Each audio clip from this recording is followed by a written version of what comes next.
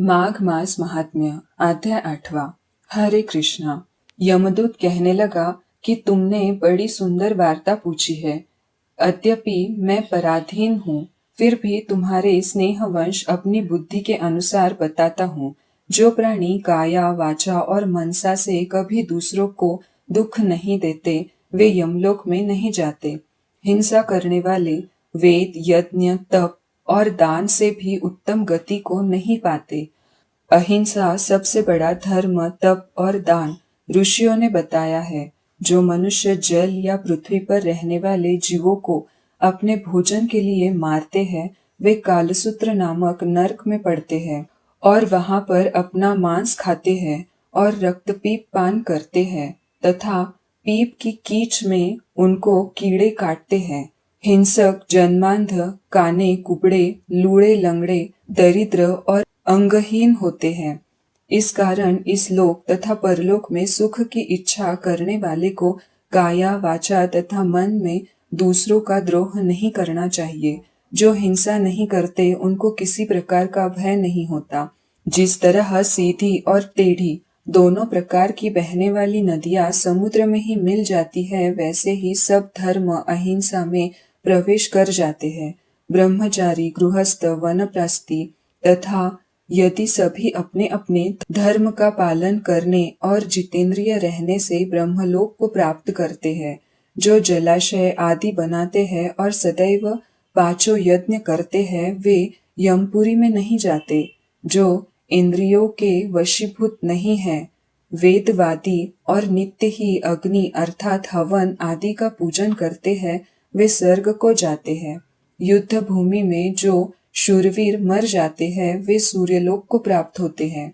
जो अनाथ स्त्री शरण में आए हुए तथा ब्राह्मण की रक्षा के लिए प्राण देते हैं, वे कभी स्वर्ग से नहीं लौटते। जो मनुष्य लूले लंगड़े, वृद्ध, अनाथ तथा गरीबों का पालन करते हैं, वह भी स्वर्ग में जाते हैं। जो मनुष्य गौओं के लिए पानी का आश्रय करते हैं तथा कुआं, तालाब और बावड़ी बनाते हैं, वे सदैव स्वर्ग में निवास करते हैं। जैसे जैसे जीव इनमें पानी पीते हैं, वैसे ही उनका धर्म बढ़ता है। जल से ही मनुष्य के प्राण हैं, इसीलिए जो प्याऊ आदि लगाते हैं, वह अक्षय स्वर्ग को प्राप्त होते हैं। बड़े बड़े यज्ञ भी वह फल नहीं देते जो अधिक छाया वाले वृक्ष मार्ग में लगाने से देते हैं। जो मनुष्य वृक्ष रोपण करता है, वह सदैव दानी और यज्ञ करने वाला होता है। जो अच्छे फल और अच्छी छाया वाले मार्ग के वृक्षों को काटता है, वह नरकगामी होता है। तुलसी का पौधा लगाने वाला सब पापों से छूट जाता है। जिस घर में तुलसी वन है, वह घर तीर्थ के समान है और उस घर में कभी यमदूत नहीं जाते। तुलसी की सुगंध से पितरों का चित्त आनंदित हो जाता है और वे विमान में बैठकर विष्णुलोक को जाते हैं।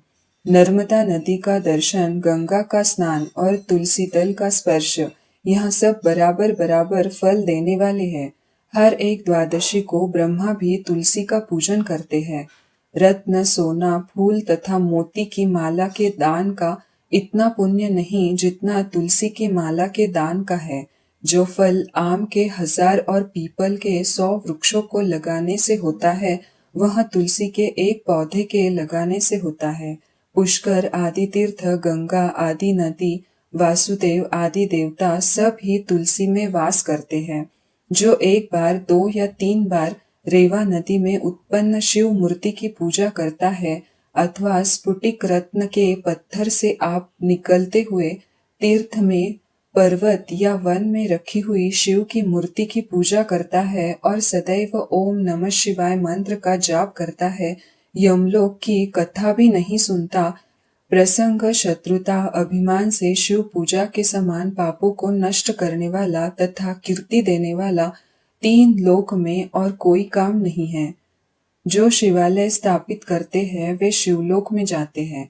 ब्रह्मा, विष्णु तथा शिव का मंदिर बनाकर मनुष्य वैकुंठवासी होता है। जो भगवान की पूजा के लिए फूलों का बाग लगाते हैं, वे धन्य हैं। जो माता पिता, देवता और अतिथियों का सदैव पूजन करते हैं, वे ब्रह्मलोक को प्राप्त होते हैं। इति श्री माघ मास महात्म्य 8वां अध्याय। श्री कृष्ण चरणार्पणम वस्तु।